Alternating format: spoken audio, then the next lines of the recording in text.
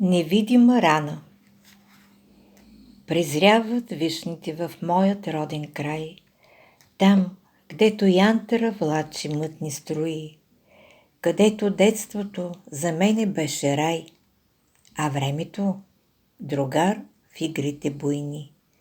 Презряват вишните, ела си, пише моят брат. Континентално слънце сока им пресича, оси и мравки в клоните им се лепят, по върховете ги дълбае ято тиче.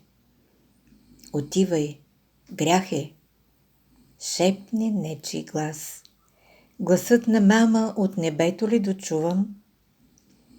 Оттам тя вижда мен и всеки го от нас, и въздухът трепти от майчиното чувство.